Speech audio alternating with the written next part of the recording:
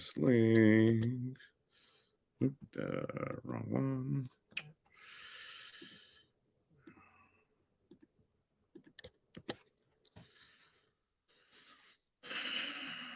Morning, Tayo and Anomi. Good to see you on this gloomy Thursday morning.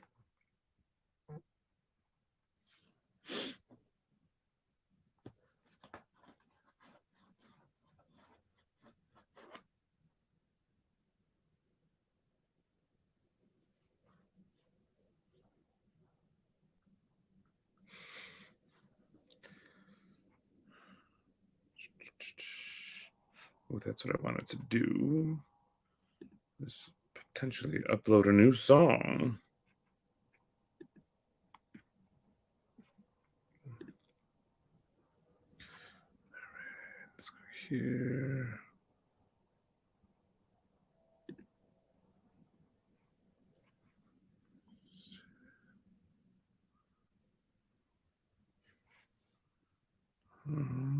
Let's go.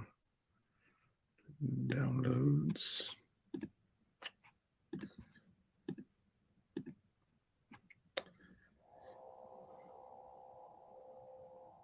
I'm doing okay this morning. It's been a hectic few days. Still playing catch up from my kids being sick for so long. It's amazing how much that puts you out.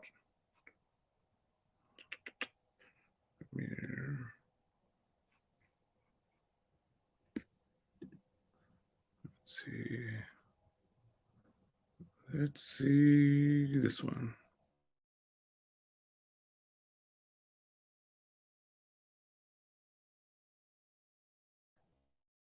Played.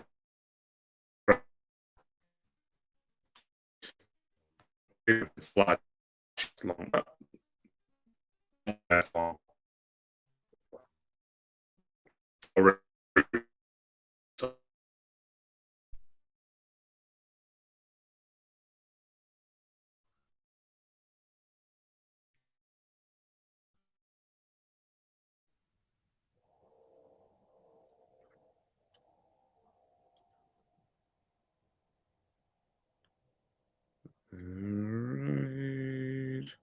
Processing. All right, that's done. My connection should now be better.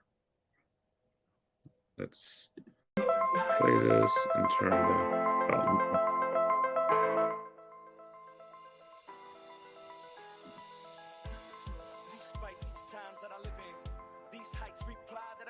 The song's called You Look Nice.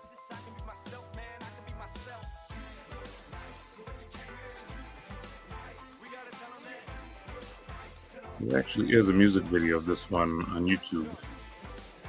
I mean, the video is basically just of our trip to China.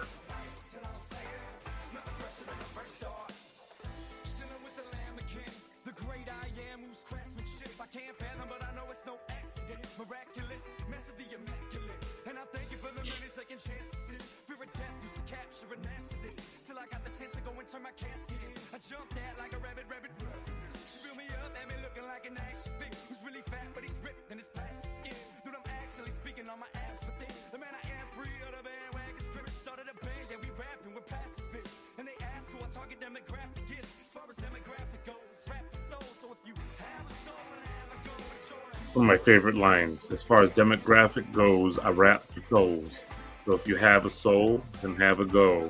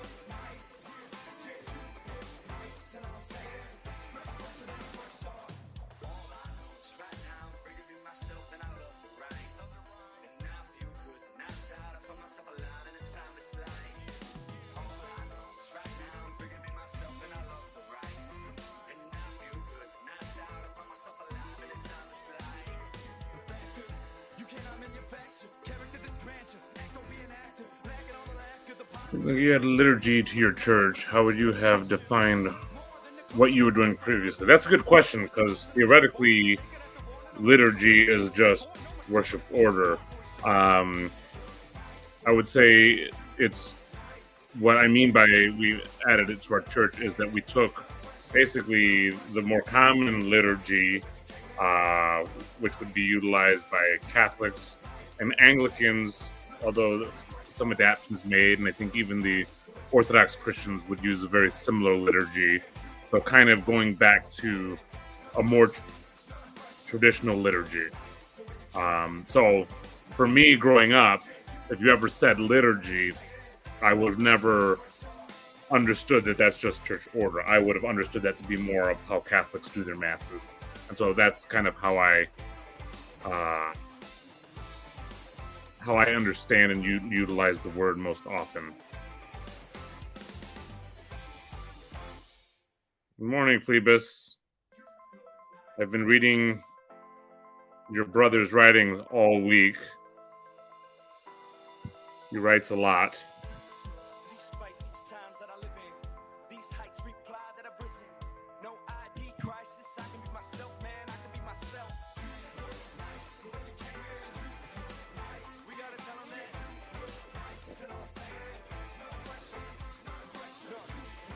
I am curious as to if you guys ever go back and forth in conversations on your own.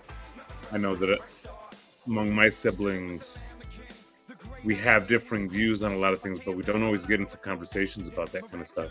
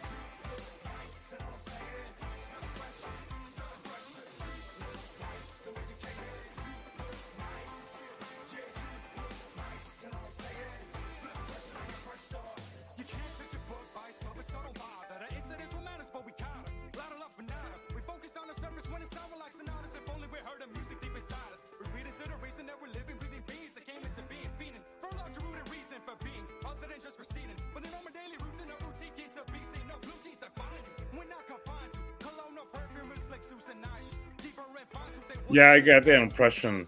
It's been interesting reading a lot of his writings because obviously I don't agree with a lot of what he puts out either. But he puts out so much at a time. It's like he'll write like several paragraphs, and I'm like, okay, I don't have time to address all of these. I mean, I've only responded to him a couple of times, and I don't think we've gotten combative at all, but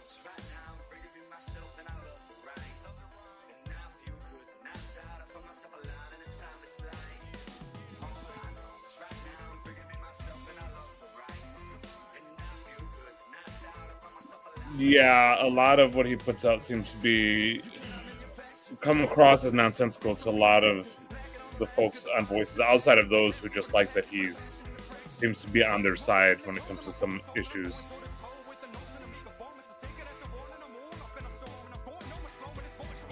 It's funny how much you can tolerate when somebody's on your side.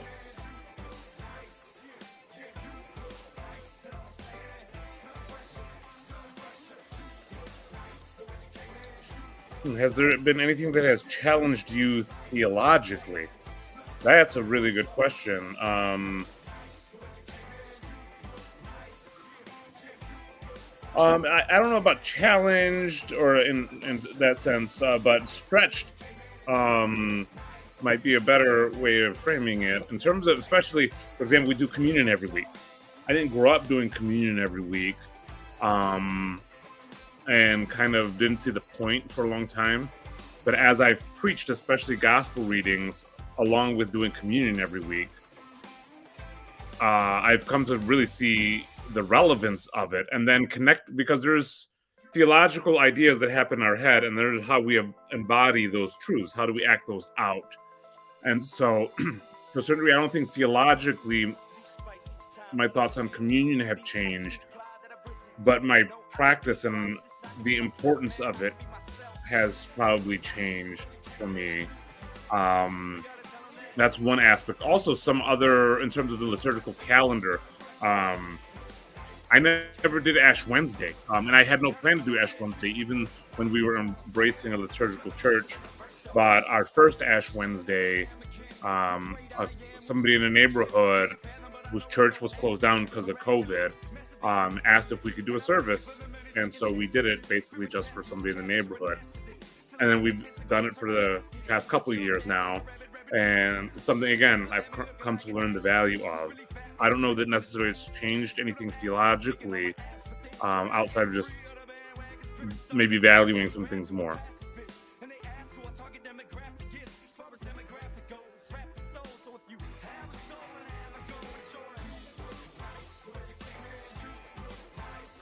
Yes, I've talked to CW about this a little bit.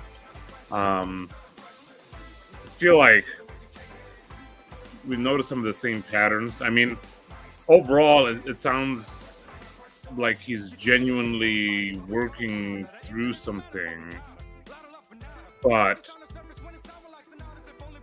where is he in his journey? I don't know. Obviously, I don't know, right? I don't know anybody's journey, but the impression that I get is part of the reason he writes a lot, especially on voices, is that's his kind of way of processing things.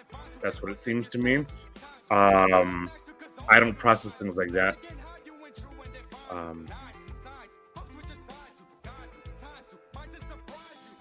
We'll see where it goes.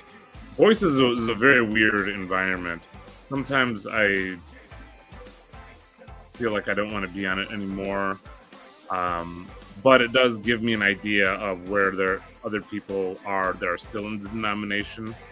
And I feel like that's valuable, especially being in the denomination.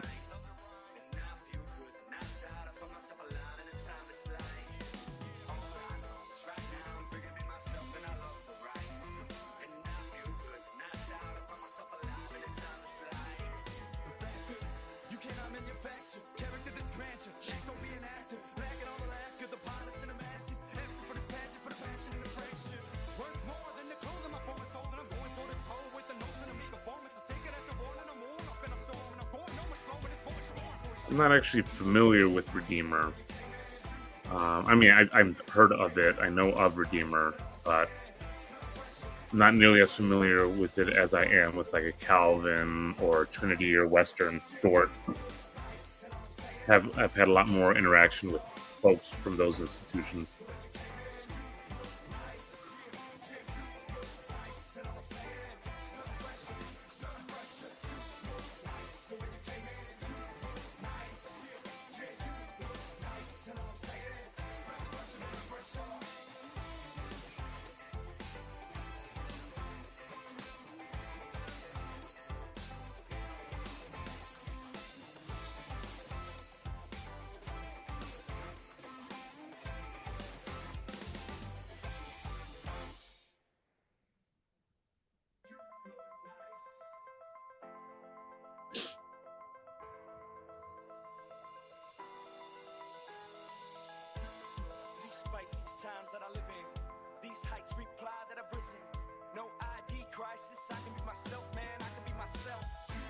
It's interesting that say Voices is combative. Like to a certain degree, I feel like Voices isn't combative enough. You know, it's a little bit too nice. And so it's one of those like, and I mean, I'm not very much a sensitive type, but that's how I feel about it. Hey, Bruce, how are you? How's it going? Listening to some hip hop. Yeah, this is actually from a band I used to be in. Oh, interesting.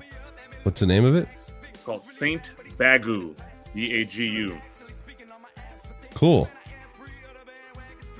Yeah, the letters for Saint Bagu, STBHU, stood for "sucks to be a grown up."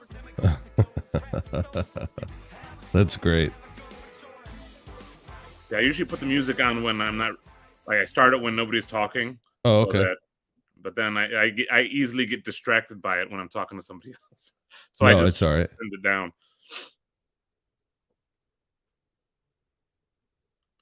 So how's it going? It's going okay. How are you this morning? All right, just work, nothing particularly crazy. Saw the chatting notification to the live stream, so I thought I would hop on while I'm sitting here working. What do you do for work? I'm a software developer. Oh, okay. I was just outside taking a walk, and I came back. Nice. Jordan, I don't get pushback from CRC people. Actually, a lot of CRC folk are fond of the older liturgy style Anglican. I mean, for a while, CRCs had their own liturgy, but there was actually a proposal, and I think in the 60s, they were going to try to adopt more of an Anglican style liturgy. It never happened, it never came to fruition, but we are given the flexibility to form our liturgy however we want. And this is probably one of the more popular ones. So I don't know much about your background here. So are you in the CRC? I am in the CRC. Yes, I'm a church planter in the CRC. Oh, cool. CRCNA? Yes. Okay. So you affirm their confession. Yes. Okay, good. Great. We're brothers then. Yeah. What are you in? I'm a Reformed Baptist, 1689. Oh, okay. Yeah. Yeah, I'm relatively new to it. I grew up in the EV free denomination. Married Reformed, and then eventually followed that pathway. But I had already kind of become a little bit theologically, I was already thinking differently than the EV free church. Yeah. Well, yeah. So that, I mean, well, we're probably just going to preach to the choir here, talking to each other. But, like, as far as I'm concerned, if you don't hold Scripture as a special and infallible revelation, well, then where are you, right? Yeah, and so I was one of those things where it was weird for me because I grew up EV free. I didn't. There were issues that I was like, okay, there's things that's not making sense to me within this tradition, but other traditions seemed like white people traditions, if that makes sense. Like, I grew up on the west side of Chicago, and there was always this idea of, well, there's a bunch of ethnic people and then there's white. and it's this was in the EV Free Church, huh? What's that? This is in the EV Free Church. So yeah, and it was a dominantly Hispanic EV Free Church. Yeah. That's right. So you're Hispanic then. Yeah. Okay. Cool. Yeah. Well, that's interesting. So like, what do you mean by like? Do you mean like American? So I ought to have meant American, right? But kind of, on the west side or in like poor urban areas, white is often seen. We use that term just for anything that's boring. Oh, I see what you're saying. Well, why was it? So it's boring tradition? Is your CRC church not like? So that's what I thought when I came in. Oh, I see. With Anglican church. I got you. Okay, Anglican High Church. My wife was working at, and I was like, "Oh, this white people boring stuff." I just did it because there was a pretty girl there. Okay, that's one way to do it. With it for a couple of years, I was like, "Wow, this stuff is actually really valuable, and it's actually forming me, both spiritually and intellectually." Yeah. How do How do I help other people? Embrace this. Christianity is the thinking man's religion, man. That's how I see it. What's that? Christianity is the thinking man's religion. Oh yeah. I would say it should be. yeah. Well, that's what I mean. We're called to learn and understand and learn and know God more. And how do we do that? Through His special revelation revealed. And so you're going to come up against that anywhere, right? So that's great to hear. How are you now in a church plant? That's pretty cool. So, and where I live, most of the churches are like storefront churches and more missionary Baptist or Pentecostal. In terms of thinking churches or like they have a large intellectual tradition or whatever, they don't exist here. And most of the Christians that I know in the neighborhood don't go to church in the community. Oh, And I've become one that very much values community and yeah. proximity, closeness in terms of physical proximity. And so I told my wife, because we were going to church in the suburbs, I was like, okay, either we need to move out to the burbs Yeah. or we need to plant a church here. And so I felt God calling me to plant. And then it became the question of, do I do EV free, which is where I grew up, but don't really feel comfortable in anymore? Do I go Anglican or CRC? And so I reached out to both the CRC pastor and my Anglican priest.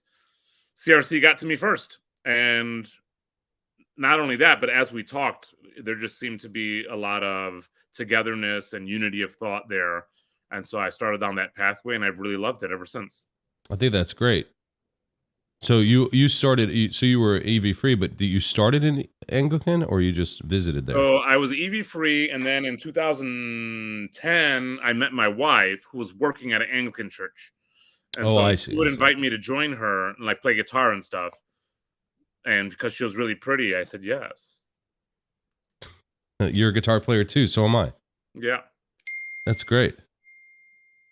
Yeah, that's actually my I have a my undergrad was in classical guitar.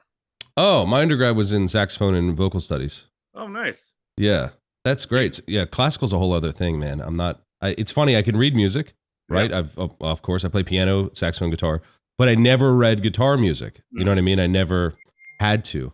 I can fake it and like get there, but I Yeah. don't. Classical guitarists are a whole other.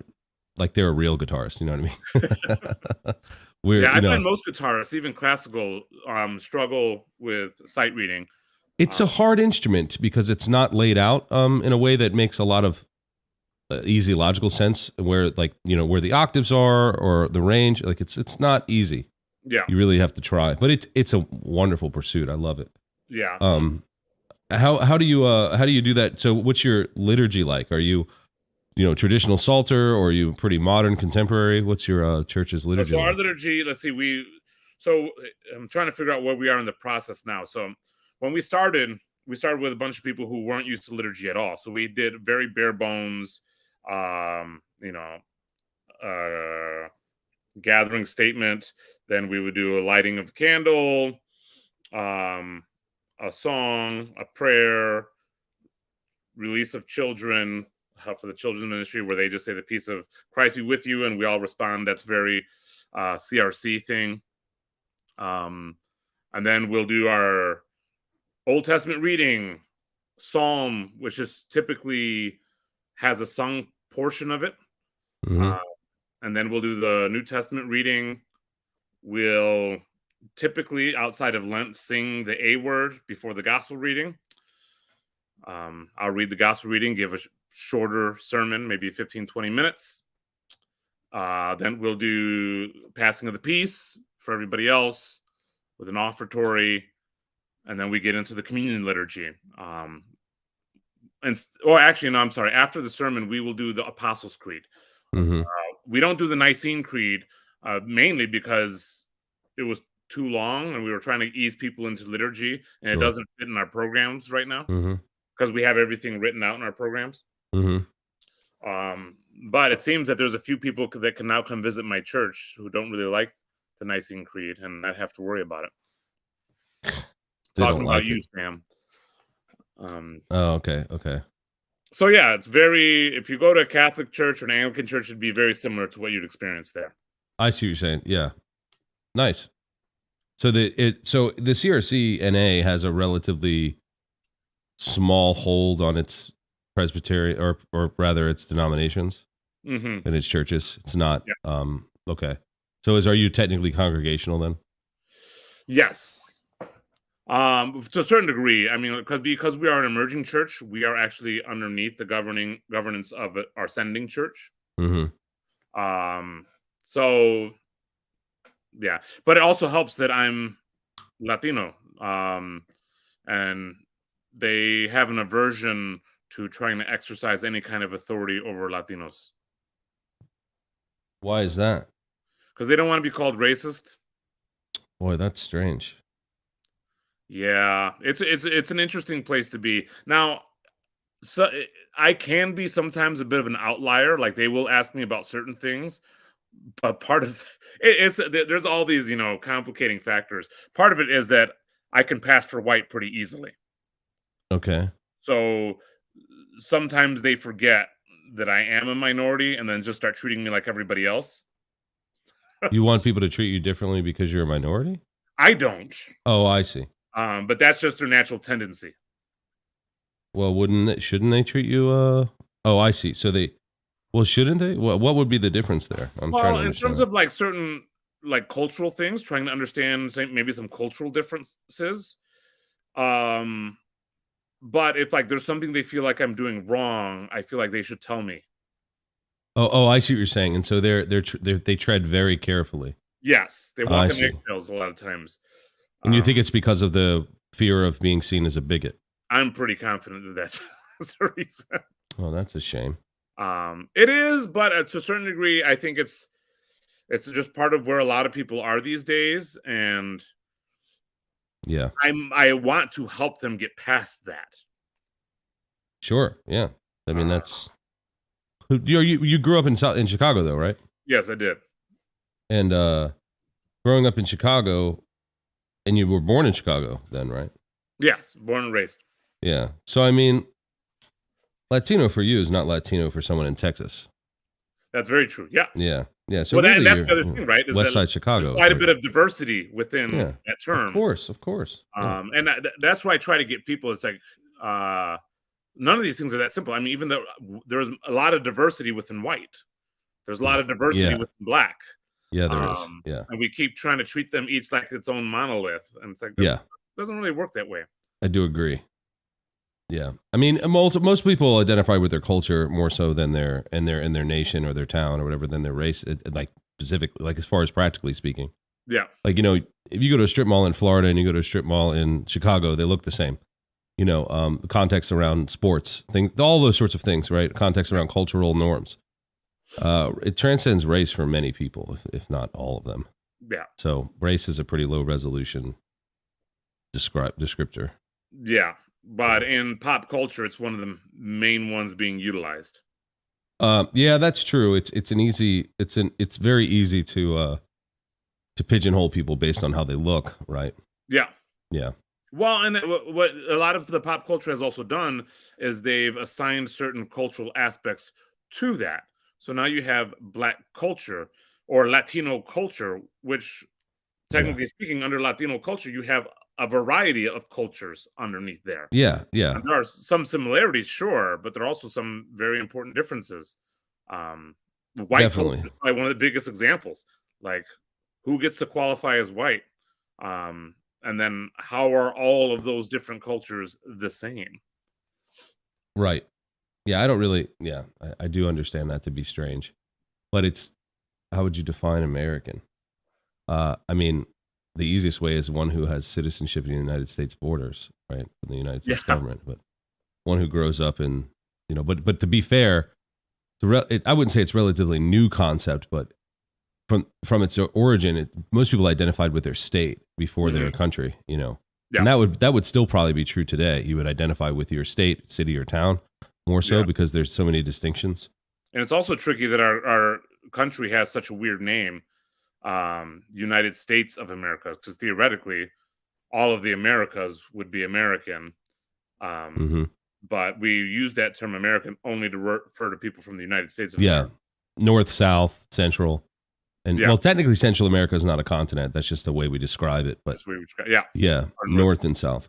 Technically, the Central America is a part of the North American continent if you're going to define it that way. But yeah, Central America is such a weird one, right? Because it's part of North America. It's not its own thing. It's part of North America, but culturally speaking, their culture is a lot more similar to those in South America. Sure. Yeah. Yeah, it is interesting how we make the distinctions, and we really just a lot of times it's just for ease of trade or identification or whatever. It doesn't really say a lot.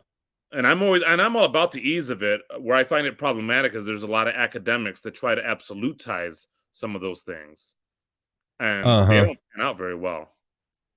Yeah, I do understand that. I mean, it's one thing to describe things; it's another thing to It's another thing to use that description as the monolith by which you interact with people.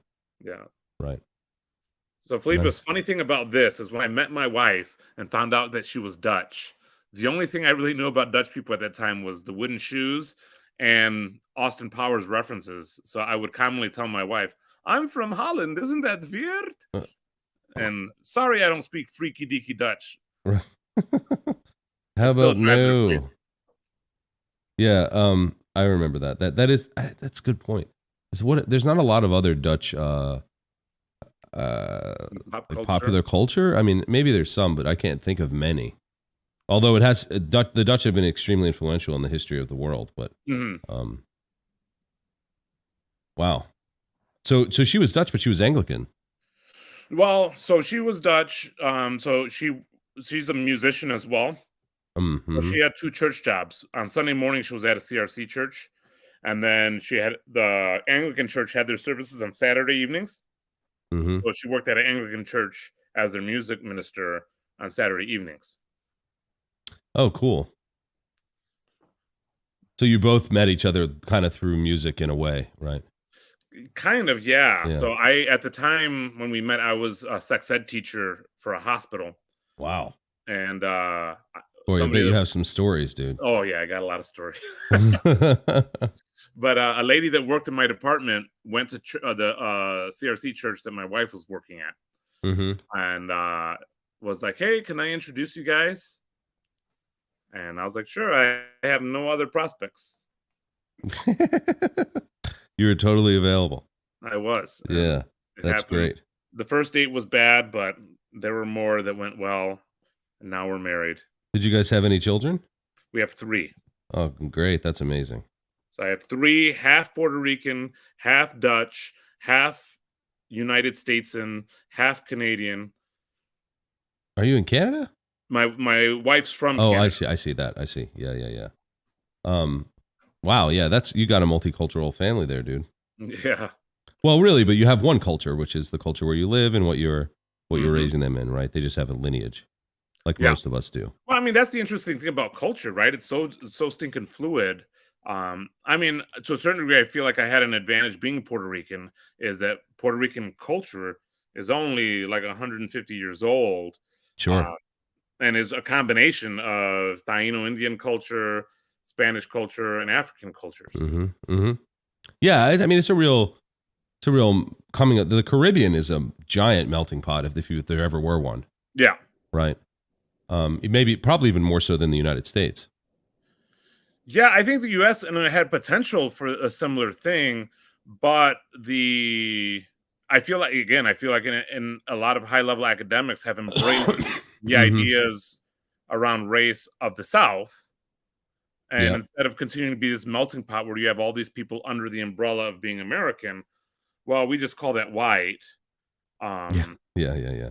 and even if there's Latinos or even blacks that, you know, make it, so to speak, and we just say that they've been whitewashed. Well, it wasn't even Latino was a term that was created in a way to unify many Hispanic groups around the world. Right, Mhm. that term itself sort of has a it's somewhat constructed, Yeah, right? Because what does Latino really mean? But Hispanic means something. yeah, yeah. I mean, and we use them so interchangeably. I mean, Yeah. practically speaking, Latino, Hispanic, um, yeah, and some people have their preferences, but at the end of the day, we do use them interchangeably. Yeah. I think it's I think it's great. I love meeting and understanding new cultures. Like it's one of my favorite things to do, learning languages and all sorts of that. So I think it's one of the great pieces of America. I mean, there's some of that in other places of Europe, but I think like the Caribbean or the United States, you have the opportunity to meet people from a huge swath of um, backgrounds. I guess it would be the case in Europe, but I don't think it's quite the same because especially like Dutch or other Scandinavian place, they're pretty homogeneous people groups. Hmm. So that's a little different, but Yeah, which and there's some cool aspects of that too, right? It's like when you go if you were to go to the Netherlands, you get to experience Dutch culture that so much has been preserved. Mm-hmm. Right? Mm-hmm. It hasn't been watered down in the same ways. And I mean, this is one of the things I've always appreciated about the segregation aspect of Chicago is that if I want to experience a bit of Chinese culture, I can go to Chinatown. Um, True. or if I want to experience Mexican culture, I can go to Pilsen or K-Town for the Koreans, Greek Town for the Greeks. Mm-hmm. The segregation allows you to experience all these different cultures in a more genuine way without traveling all the way across the pond. Yeah. Um, Yeah. as long as you're respectful. Yeah. Well, that's true. I mean, well, it's hard, right? Because you have people that have their identity, and they have their community. Yeah. But then you also say, well, hey, you're living in the same country, state, town that I am. So when I come over here and things are different, I didn't, you would say, well, I didn't expect to encounter such difference next door. Mm-hmm. Yeah, and I mean, it gets tricky to navigate those ponds because you want, how do you do this dance between unity and diversity? Yep. Um, There was, I think there was years ago. I heard this sort of distinction where there was, okay, we have the melting pot idea and we have the salad idea. Which maybe have you heard that before? Like the salad is you maintain the identity of each thing, but they're all in the same basket, as opposed to them all melting together and becoming one thing. Yeah. It's funny because this is a little bit of difference between the Catholic and the maybe Lutheran version of the Eucharist. Mm-hmm. That transubstantiation, it becomes the elements. Mm-hmm. Being in the Lutheran view, it's kind of like that salad thing where they're kind of all mixed together, but they're the elements are not Christ, and Christ is not the elements. Right. Yeah, consubstantiation versus transubstantiation. Yeah.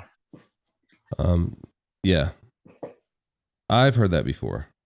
It's an interesting idea. Yeah. Those enclaves in Chicago aren't as strong. They're still pretty strong in certain areas, but intermarrying happens a lot. I mean, I think of my family. Let's see, I'm the youngest of 5. My sister married a Mexican. So where do they live? The Mexican community, the Puerto Rican community. My brother married an African American woman. So obviously, are they Puerto Rican? Or are they black? They're both. I have 2 brothers that didn't marry Puerto Rican women, and then I married a Dutch woman. Isn't that kind of the difficulty with that sort of thing too? It's like people, especially of mixed race, they self-identify. They're not. But the problem is, if they self-identify, then they kind of have to adopt whatever has been imposed upon them by the standards of the society. Yeah, I mean, the greatest example of this would be Obama, right? Yeah, he's half black, half white, technically, right, or but he some only version identifies of white, as black. Right. And the answer would be, well, he looks more black than white. That's what people would say.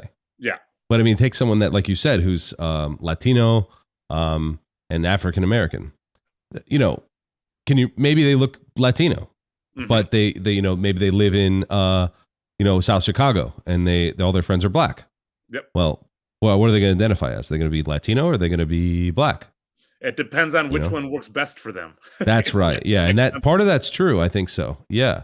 Or what they have gravitated, like the preferences, right? There's some preferences there, like it's not really scoffed at if someone like that decides to, dress in whatever culture way that's deemed to be black. But if I did that, they would say, well, what in the world's going on here? Because you look too white. It's interesting how that works. It also depends on who's looking, right? Because let's say, because there's a bunch of white guys that I grew up with that, they were like the only white guys in our community, and everybody, dressed ghetto, which some people might say that's black, but it's anybody who grew up in the environment is dressing that way. And we never pointed out that there was anything wrong with them because they grew up with us and they were poor like us. And right. That's just how we dress. Sure. And so it's one of those things where now everybody's looking. Or you have eyes looking at you through social media that maybe have nothing to do with your personal context. So That's all true. of a sudden, white guy dressing in what some consider black clothing. Well, what's wrong with that guy? He's culturally appropriating. When in his context, among all of his black friends, he's just fine. Yeah, he's always been fine. He's the white dude that dresses like us. Yeah, exactly. Okay. So he's my friend. Yeah. He's I my grew up friend. with. Yeah. And if Right. any other guy tries to mess with him, I've got to have his back. Yep. And that's seen as a a faux pas to the culture sometimes. Yeah. But a lot of it is because you have a lot of people looking in on other people's contexts, trying to push their own cultural understandings or enforce their own cultural understandings on those specific contexts. Yeah, yeah. So and then like imagine you live in a place where you've never met a person of a different culture. What do you know about them? Well, it's on TV or what you've read it in books. Yeah, You know? and what's funny is there's so many people who have read about these cultures in books that think they have an adequate understanding. Yeah. For example, I went to the Anglican church for 10 years in Wheaton, right? In 2019, we left that church to plant this church in the west side of Chicago. Everybody in that church knew that I grew up, that I live in a dominantly African American neighborhood, and that I was planting a church in that community. Mm-hmm. 2020 happens. All of a sudden, everybody in Wheaton or in these academic circles became really concerned with the African American community, especially in Chicago. Not a single one of them ever reached out to me to ask me a question about anything that was going on. What they did instead is they bought this book called Wide Awake by a pastor in the community just north of mine. Yeah. Written by a guy I went to college with. Oh, wow. That I've challenged to many debates about his views on white supremacy. So he's like a woke character? Oh yeah, he's a woke character from Barrington, which is like one of the richest parts of Illinois. Okay. But they went to his book to find information about something that I know intimately, just because of my proximity. And that's how they normally pursue knowledge, is through a book. Mm-hmm. Even if they have a source right in front of them that they know personally. I mean, and then what they do? What did they impose their position that they've thought of in their book on these people? Yes. And they say, hey, well, wait a second, you're not allowed to like this music. Yeah, and then because there's a difference between what he says in his book versus what I would say, there's a division and this awkwardness between them, because now they've adopted these beliefs almost as religious beliefs that they got from this book about race, and that comes into conflict with what I would tell them. So now we just can't have that conversation, because now they know what it's like, and I'm the ignorant one. Yeah. And they're really passionate about that subject, but now need to avoid me because I will contradict all of their work towards those ends. And I'm not against reading books. No. But there's a danger of thinking that's the only way to achieve knowledge. Yeah. Yeah. I mean, I understand that. There's a good question here. Could I have reached out to them? I could have if I was interested in the same subject. But I'm not. I'll be right back. Yeah, go for it. So it's one of those things. 2020, everybody became, or not everybody. I'm maybe overutilizing that, but it became popular in a lot of Christian circles to talk about issues of race. That's just part of my life, so I'm not interested in that level. They became interested, and so what I'm pointing out there is they went to a different source that was probably a bit less reliable, instead of going to a source that they know they have a connection with already.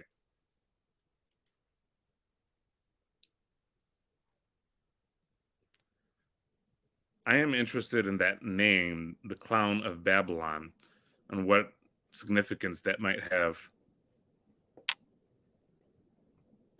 Good morning, Chad. And who else said a good morning that I missed? Oh, Gavin's here.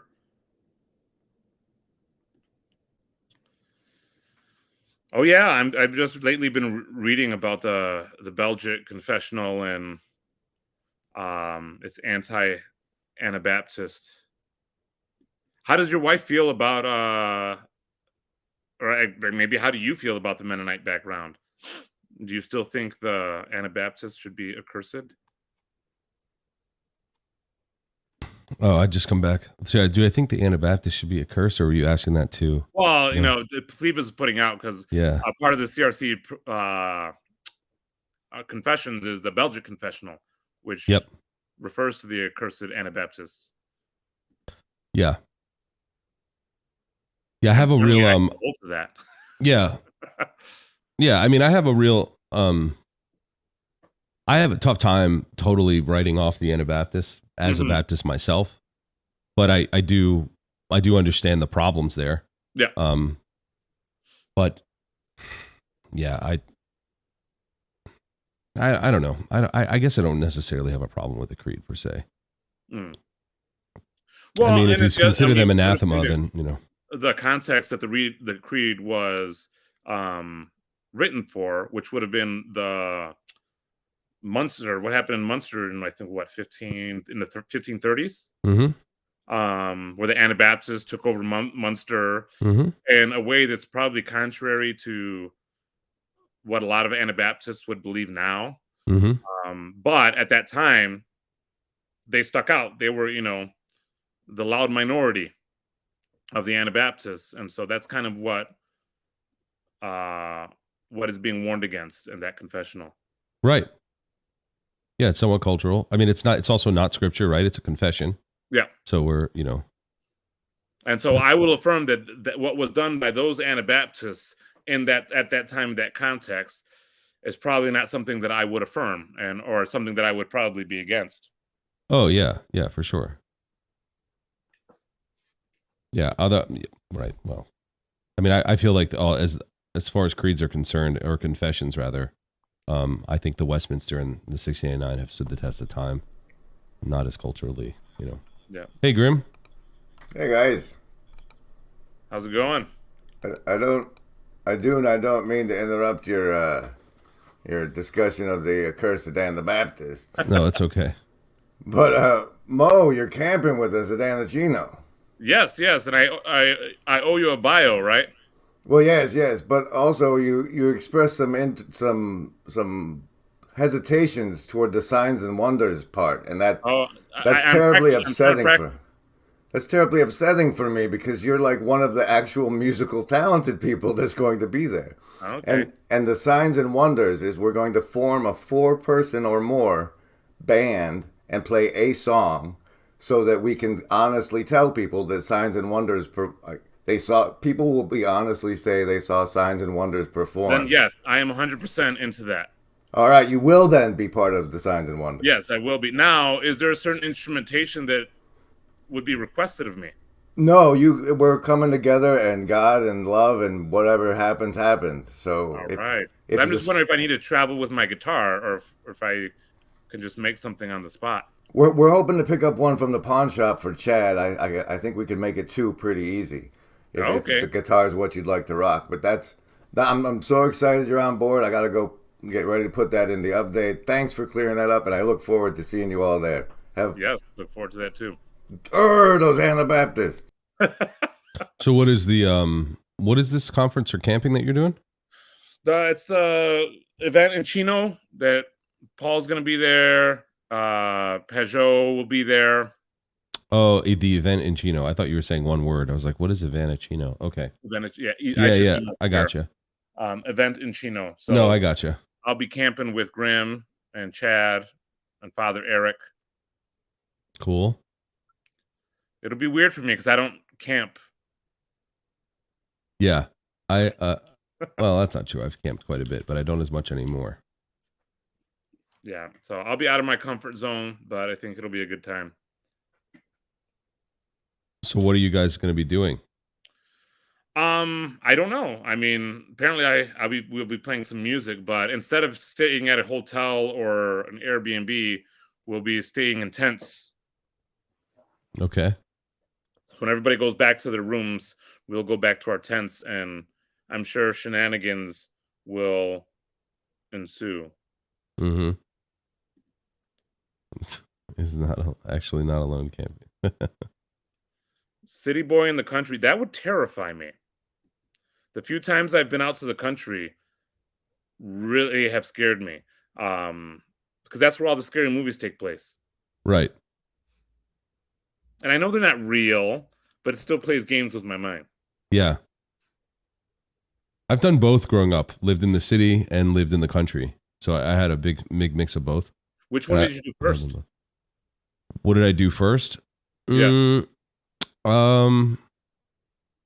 That's so hard to say. I guess technically country first. Okay. But even at a young age, so we were constantly traveling to and from the city in New York, and then moved down to a small area in Maryland, and then would again going back and forth to New York City, Queens, and Brooklyn and Long Island, and so back and forth, and so I always felt like home was sort of smaller than the city, but I grew up like understanding and being in the city a lot, so it didn't I kind of got like the best of both worlds, I think, growing up. I would visit my uncle in the Queens and stay there for months at a time, and I would just navigate the streets, no problem.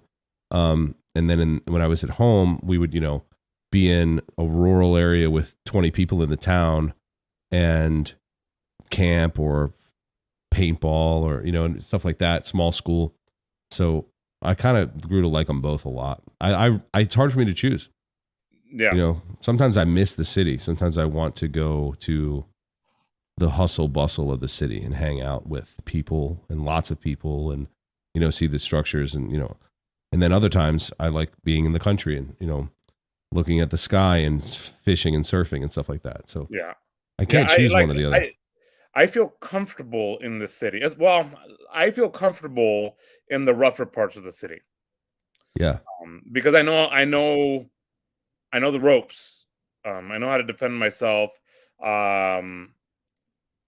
But it also drives me nuts. Like especially as I get older, the loud music playing in cars, drives me crazy.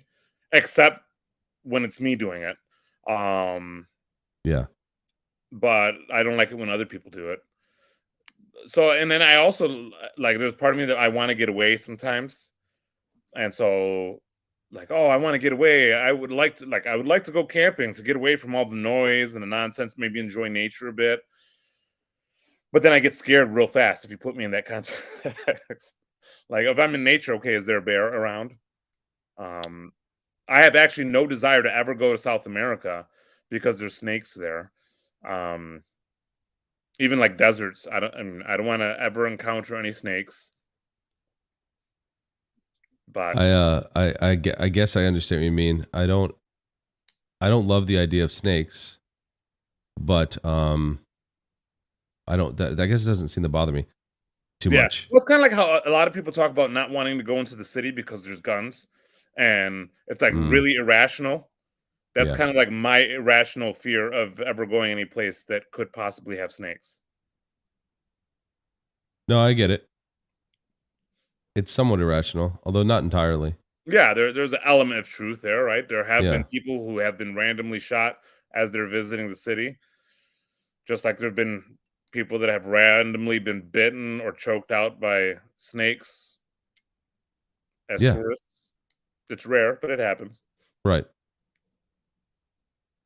I love meeting other people from different cultures and things like that, and you can do that in the city a lot better, a lot more, a lot easier. Yeah. Do you know what flipping tin is?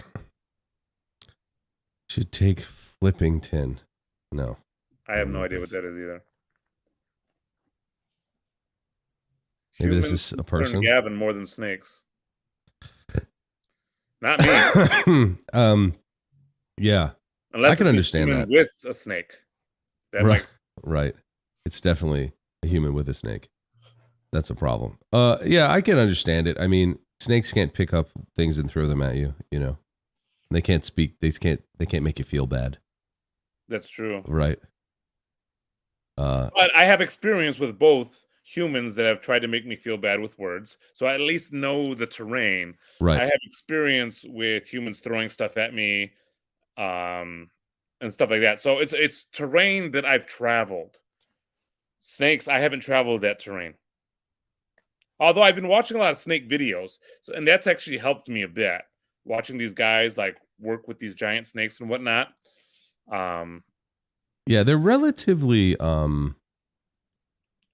rare occurrences as far as like running across them. Like but it's always that fear of like it could be there, so it could be there, and I don't know how to protect myself from it if it is there. right. Yeah, I get that. I don't love snakes. I would never own one as a pet, but they don't scare me because I rarely run across them ever. Mm. And I know that if I do run across them, they're very unlikely to do anything to you. Yeah.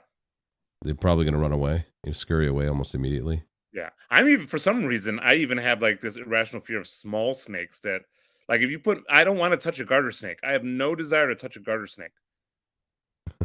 Well, I don't think anyone should be not anyone, but I wouldn't, I think it's an interesting desire to pick up snakes generally, but I'm not seeking that out in the same way I'm not sneaking out, picking up a number of insects and creatures. Yeah. But I will like go out of my way to pet a cat or a dog. I'm borderline on that actually. Yeah. Not that I don't like them. I do like dogs. I don't really like cats too much, like house cats, but I don't mind them. But I'm not going out of my way to do it. It is funny because it's like I don't really like cats either. Like my kids really want to have a cat. I don't. But if I see a cat, right, or like a cat comes to me, I can't resist. Yeah, my dog was just attacked the other day actually by another dog. And really, what kind of dog do you have? I have a purebred lab. Okay. And it was attacked by a pit bull and it bit a piece of his ear off. Ooh. Absolutely terrible. Yeah. And I was able to stop it and get him off of him. And I don't think the pit bull was being extremely vicious. I think he was being just very rough play. Yeah. But my dog's a puppy still. He's 7 months old. So yeah. And I think that was part of it. Yeah, pits are really powerful, and sometimes sometimes they don't always know their own strength, especially with that play. I think that's probably it. Similar with Rottweilers.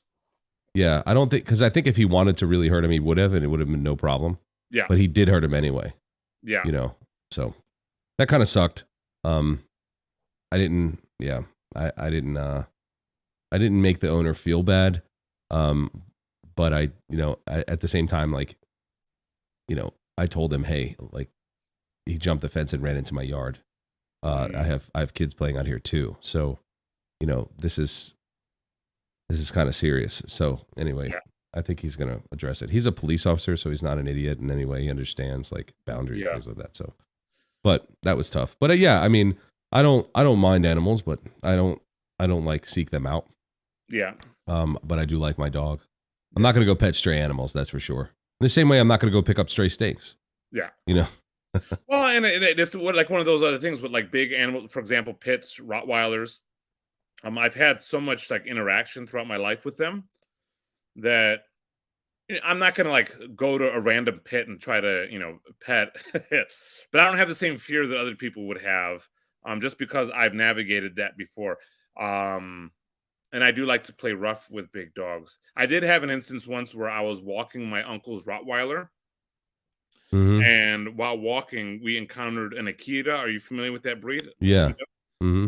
A giant. It made my uncle's Rottweiler look like a Chihuahua.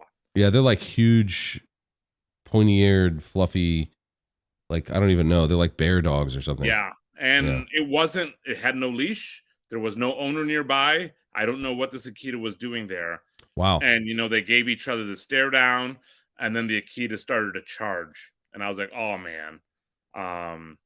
And so I just remember I reached down and I punched that Akita as hard as I could. Punching a dog is a whole other level. Yeah. And I didn't know that. had no idea if this was going to work. Because, if I miss or hit it too softly and it grabs my arm, I'm probably in trouble. Yeah. But I was able to land this punch, and the Akita did this little earth, and then it kind of like stared at me for a second, and then it walked away like, okay. Yeah. I see you. Yeah. And I was so thankful because I was like, I don't know that I could hold my own against this guy. Well, you could have come back missing a digit, Yeah, and I don't know that my uncle's Rottweiler could hold their own, It's a big dog. Yeah, it's like we might win, but we're gonna feel bad afterwards. It's also interesting that this sort of a dog, because Akitas are relatively expensive, nice breeds, that it's by itself. Like just run. Somebody's upset that it's missing, I'm guessing. Yeah, or somebody's just super reckless. Yeah, that's true too. Right, I mean, like yeah. People love It's interesting. Apparently, there's more tigers in captivity than in the wild. And I believe in Texas, right? Texas is like a huge area. They have a lot in Texas, yeah. And so, like, people are right. I just think they're reckless in owning them. Mm-hmm.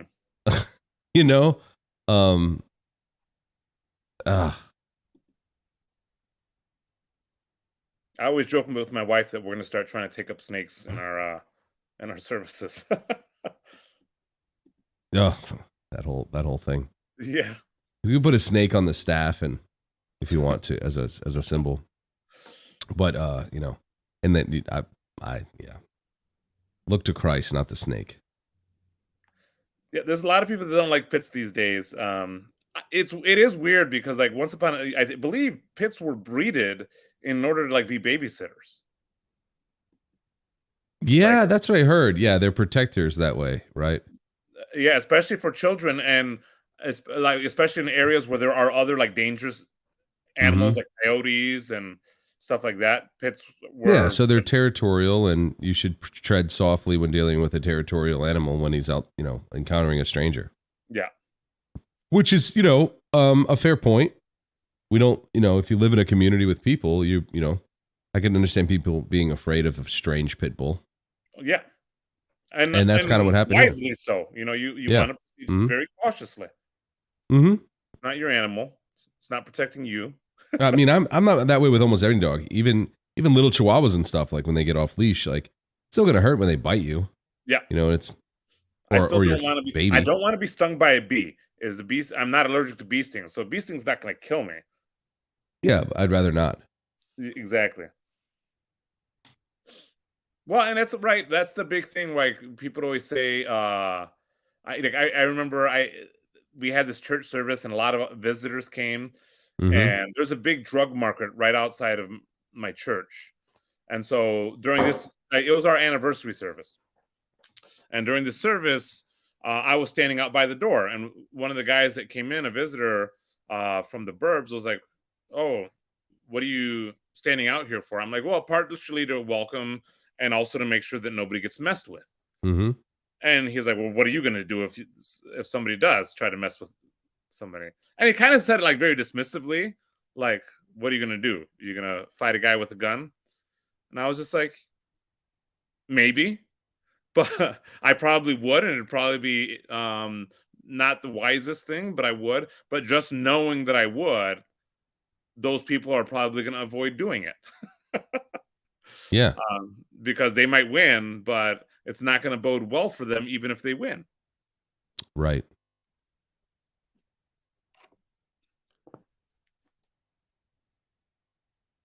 It's reducing the incentive structures.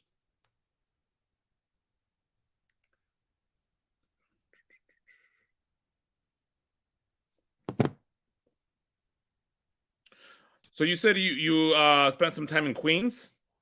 Yeah, my uncle actually he just left Queens and lives in Florida now. But yeah, he lived there forever, really close to that. I visited him for all the time. Yeah. About how long ago would that have begun, if that makes sense?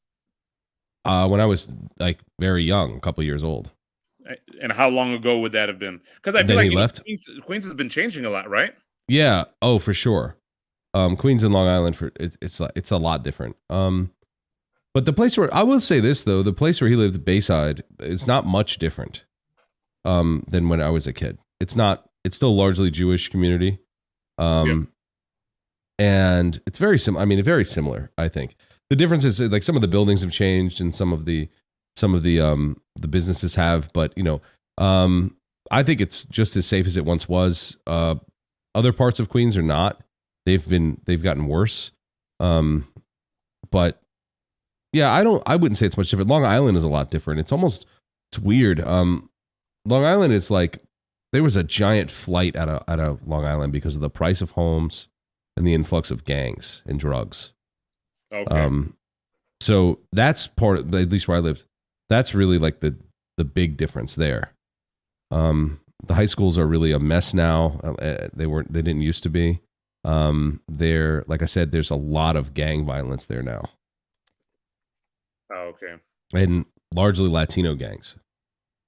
And they for some reason Latinos started moving out to Long Island. Would they be more like Mexican, Puerto Rican, other? I think people say there. I mean, there's always been Puerto Ricans there, but I think people have said. Now I haven't been back there like to live there in a while, but I think the narrative is it's MS-13 adjacent. Okay, that's Mexican gang. Yeah, but I don't know how that happened. I'm not really sure how they ended up moving in and taking control of some of the streets and neighborhoods. I'm not sure how. I'm guessing the lack of the void was there when most of the United States was, or the Long Island rather, was mafia run in a lot of the neighborhoods, and they were basically stopped, and there was a void. And drugs started becoming the way that the mafia made a living. And then once they started working with people that got them drugs, which is, I guess, Latino gangs, that kind of probably, I would imagine, influence the power dynamic. That's my theory, though. I'm not a criminologist. Yeah. Do you think the NYPD would be able to change anything? I think they can. Yes, they've done it before. They need to be empowered by a leadership that would allow them to police. But I think part of the problem is not many people want to do that job. And so there's not enough police officers that are good at what they do. But I think they can change the areas. I know they can. It's been horrible in the past, New York City. Yeah. And it's come out of that before. So we're facing a lot of similar things now in Chicago. Like, we have a smaller police force now just because of a lot of that has happened under Lori Lightfoot. Right. But we also have a motivation issue. Like, if you're a police officer and you get into an altercation and it happens to get on the news, you're not going to be looked at fondly, whether you're right or wrong. And that's made a lot of people not want it. That's part of why we have a smaller police force. I think they had the test last year that had like one of the lowest turnouts ever. It's like, wow. Why would you want to be a cop right now in Chicago? We have that problem where I live now, which is on the Eastern Shore of Maryland. Okay. There's just a lack of police. Where I live, the town next to me, so I live in a place of like 300 people, but the town is about 12,000, the city. Okay. And it's in the past decade, they have one of the highest in the country's per capita crime rate increase. And so what's happened is Baltimore and that gang sort of culture, there's a lot of gang violence in our city now. And it's kind of the same. It's the same thing.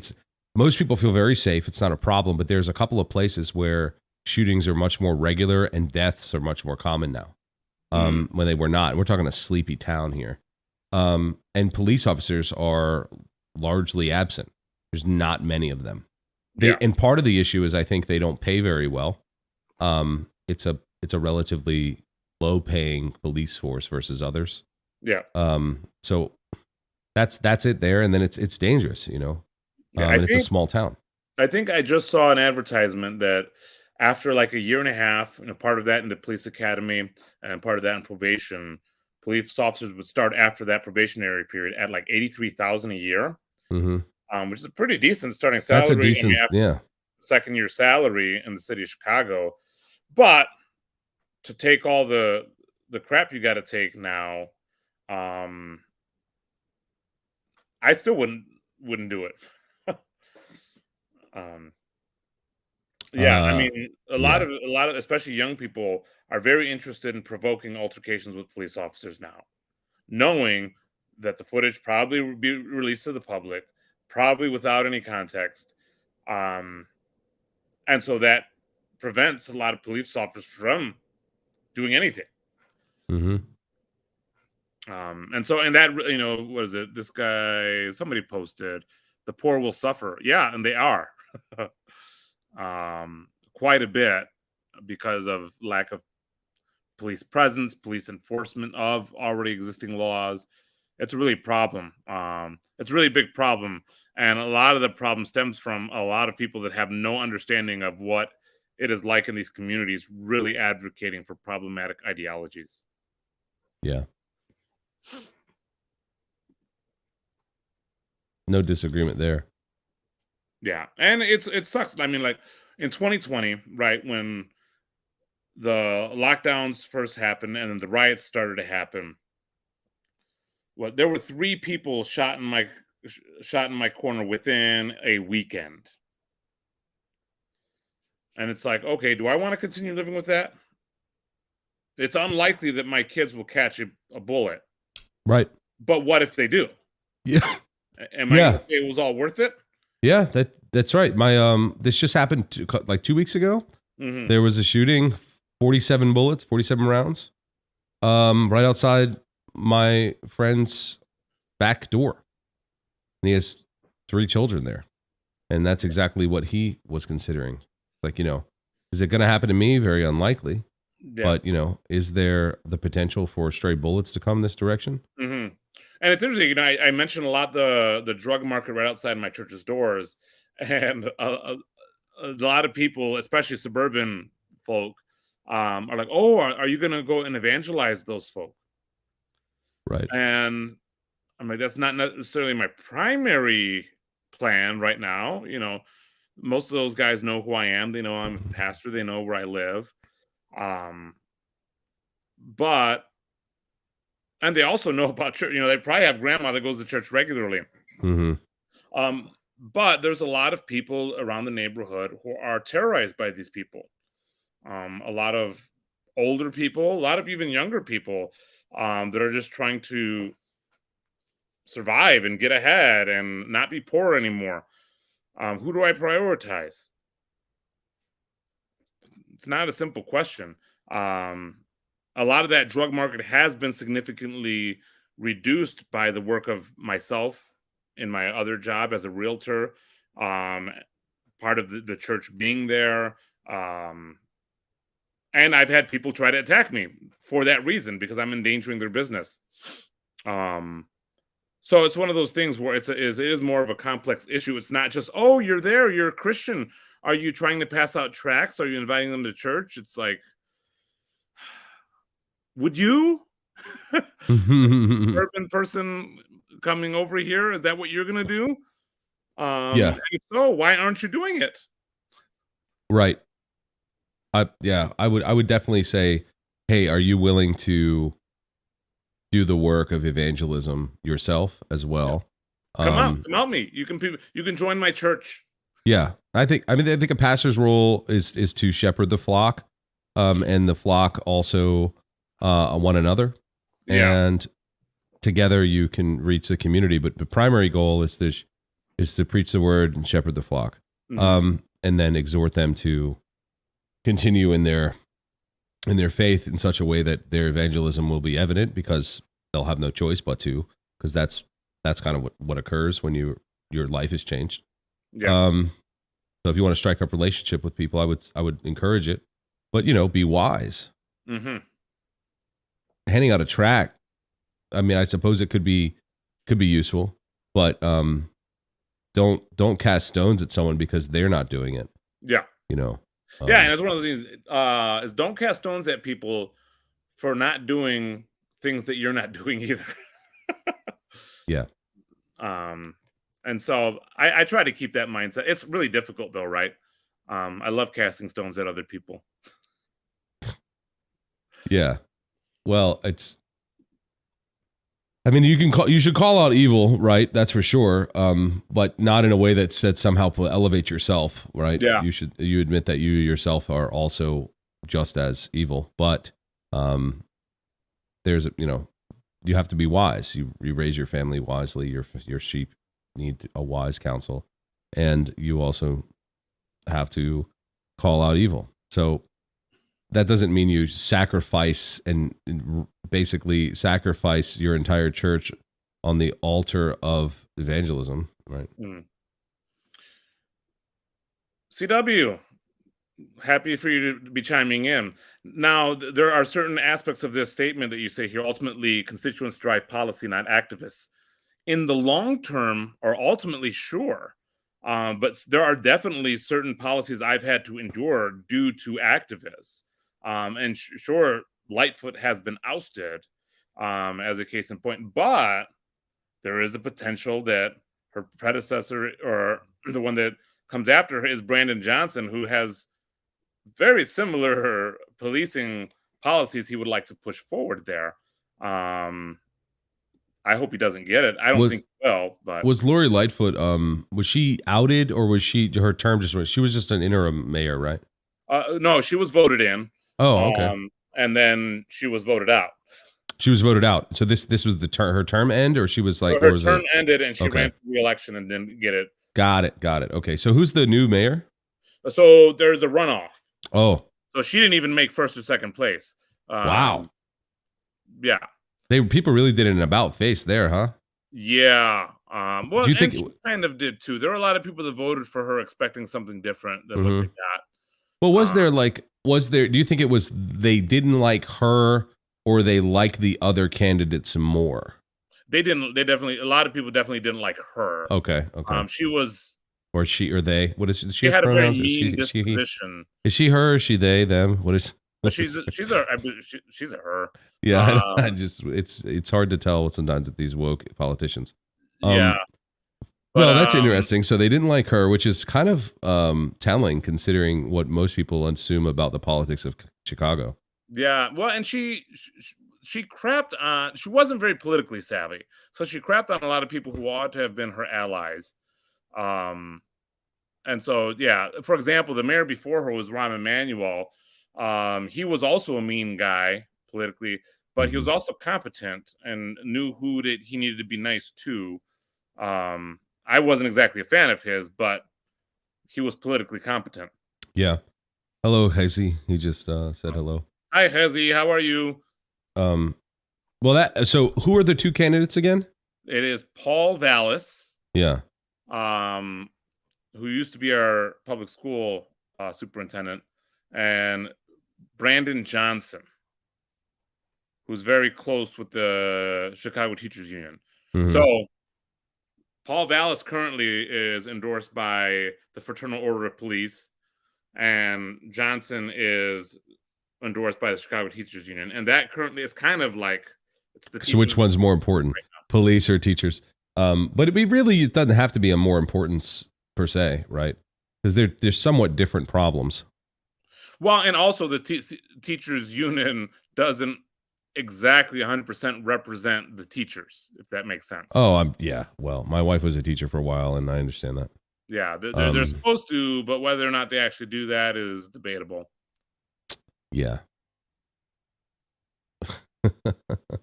What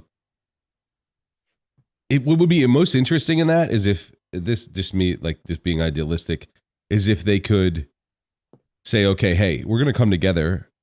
One of us will be governor, the other will be lieutenant governor.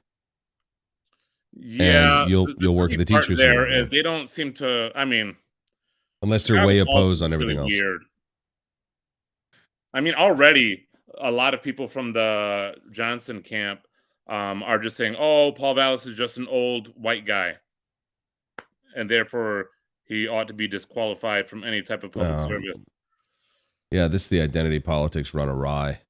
Yeah. Like, we need a young black guy because we have a lot of young black guys in the town. I mean, is that that's the rationale? For some, maybe. I mean, it obviously is probably a little bit more complicated than that. But yeah, the identity politics definitely is trying to be pushed in his favor at this time. And there are several people who tend to buy into stuff like that. Mm-hmm. In a silly way. I know some of those people. I love some of those people. I still think it's dumb. Sure. Well, I mean, if you don't mind, where do you fall on the political spectrum yourself? I would probably line up more with like in very general sense with more Republican politics. Right. I probably wouldn't line up with a lot of Democratic policies, especially the Democratic Party in Chicago, which is probably a more extreme version. Yeah. There is not very much of a Republican presence in Chicago. That's starting to shift a bit, but they got a long ways to go if anything's going to happen there. Sure. But the inroads are being made by ethnic minorities for the Republican Party in Chicago, especially Hispanics. I mean, I think that's been one of the things that I've heard from a lot of people is that there's many conservative / Republican Hispanics that are underrepresented right now. Yeah, that will turn the tides for lots. Well, of people. And the thing is, a lot of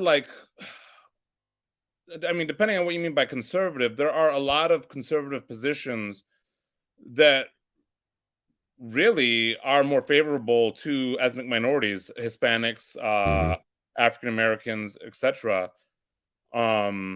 Especially around like LGBT issues. Yeah. Hispanics tend to be a lot more conservative with those issues. Sure. Yeah. Sure. And African Americans as well. We are also a lot like those that are more conservative. Like, for example, with LGBTQ issues, I tend to be more conservative. But I do have a lot of friends and family that don't agree with me or that are gay, lesbian, trans, etc. And that I have good relationships with. Yeah. Me too. Same. Yeah. There's the same situation. Yeah. I tend to be a single issue voter at this point because which puts me in somewhat the Republican Party, but even there it's hard to find a home. So what's your single issue? Abortion. If you don't mind sharing. Yeah, abortion. Yeah. What's that? Abortion. Oh, abortion. So I'm in that camp. I mean, I don't see anything else I do see other problems that are tough, and you can think about multiple problems at one time for sure. But as far as like who I would put my vote in for, it's going to be that particular issue. Yeah. It's interesting because in Chicago, it's like all of them are pro-abortion. Yeah, I can't. Right. It would be hard. I'd have to write in there, right? It would be the only way to do it. Yeah. And that's hard because now you're voting for someone that's never going to get a chance, and you end up with what you have. But, I just don't believe that I can compromise on that. I don't. Like, you don't think you could ever vote for anyone in any situation pro-choice that would be pro-choice? It would have to be very extreme circumstance for me to some scenario where if I voted for one person, something insane would happen definitively. But I don't. Most voting. There are some extreme exceptions, but very unlikely though, because it would have to be like direct Democratic vote in some other scenario, because in things like governor, even mayor elections, a vote doesn't necessarily come out to what they claim they're going to do. Yeah. So I don't, there's far too many checks and balances for them to act unilaterally. Yeah. So I don't think there will be in those votes, in those elections. I don't see where there would ever be a place that I have to compromise. Yeah. Yeah, I will likely vote for Paul Vallas in this mayoral election. I just, for a couple reasons. One is I believe that if Brandon Johnson wins, I really believe his ideas on policing will lead to more people dying in my community violently. With Johnson, yeah. With Johnson. I also feel like he will continue to encourage policies in the public schools that will be dangerous for young people in my city. Are these the like Vallas, sort of gender theory classes? Yeah, a lot of that stuff. And try to make things more difficult for private schools and charter schools. Vallas is very much pro-choice. I really don't like that about him. But I feel like his presence will be helpful both in school, in the education system, and in the policing. And I don't know that there's anybody that I would write in that would even if they were elected, would do those things better. Right. Yeah, part of the thing about voting for people is whether or not you think they can navigate the maze of politics. Can they do that? And that's a hard skill. Mm. So I can understand voting, not writing in because, hey, these people probably won't make much of a splash because they couldn't do it, or there's too much opposition, things like that. Yeah. But I do think that people. I've never this year or this past in November was actually the first time I ever voted. Really? In my life. Yeah. Wow. For in Chicago. In Chicago. Or just period. Anywhere. Oh, anywhere. Wow. Yeah. Were you just a pacifist type, or just weren't interested in politics and didn't really think you should vote? It's probably a bit of a combination of a lot of factors. Right. One is just I never really prioritized voting. In Chicago almost always goes blue. Yeah. And it's really hard for my vote to have significant consequences. Mm-hmm. So as I prioritize my life, mm-hmm. I try to prioritize things that would probably have more significant consequences. Yeah. I thought that might be different this year. Mm-hmm. And so I did join in.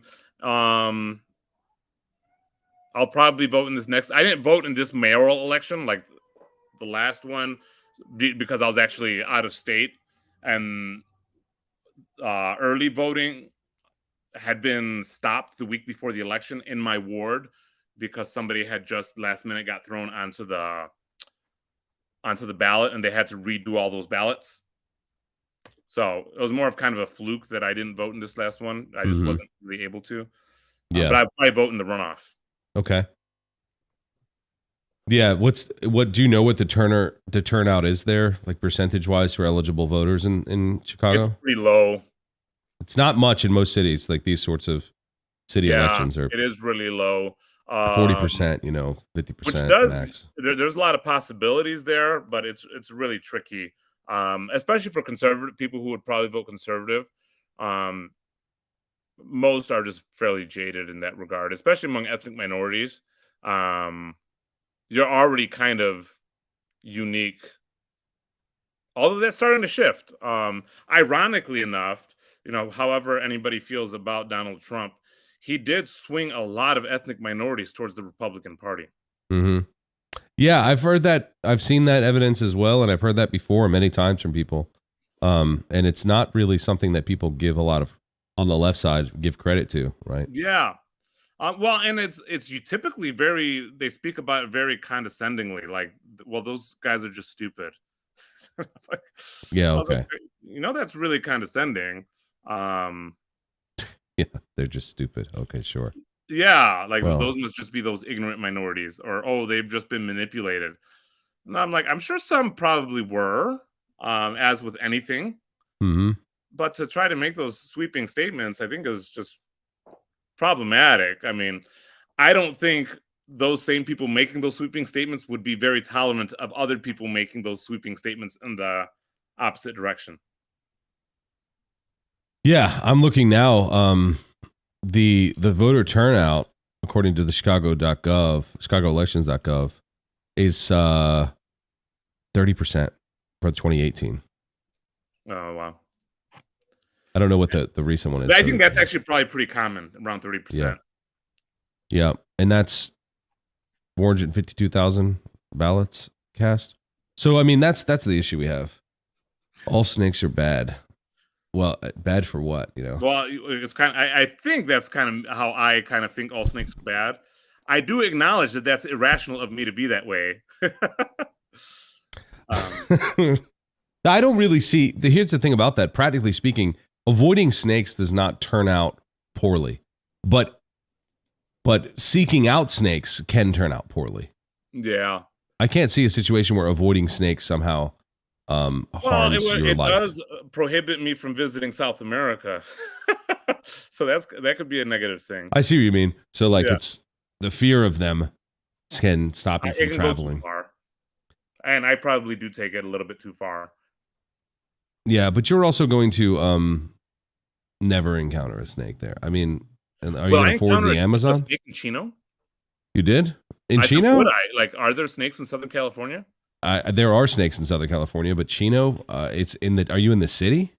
Well, we're going to be staying at a campground. It's like in a state park around there. I hate to break it to you, but there are definitely rattlesnakes in the desert down there, but not common. They are there. Into one. So everybody that's going to Chino that's going to be at that campground, know that I might be risking encountering one of my great fears to be with you guys. But I mean, it's a pretty populated area. If you're in like the desert and forest out there, is a different story. But I would imagine most people don't find rattlesnakes in the city or the suburbs. But if you're in like a state park, I guess it's possible. Yeah. There are rattlesnakes in that part of the country technically. All right. Well, I have to roll. Bruce, are you interested in keeping this going? If anybody else wants to talk with you? Yeah. How do I keep it going?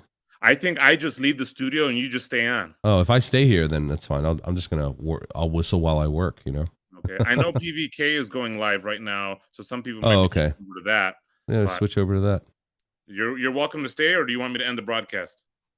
You go ahead and end it. Let's not compete with Paul. You know, let him All right. Let him say. Well, it's great chatting with you and everybody else. I'll be in touch. See you later.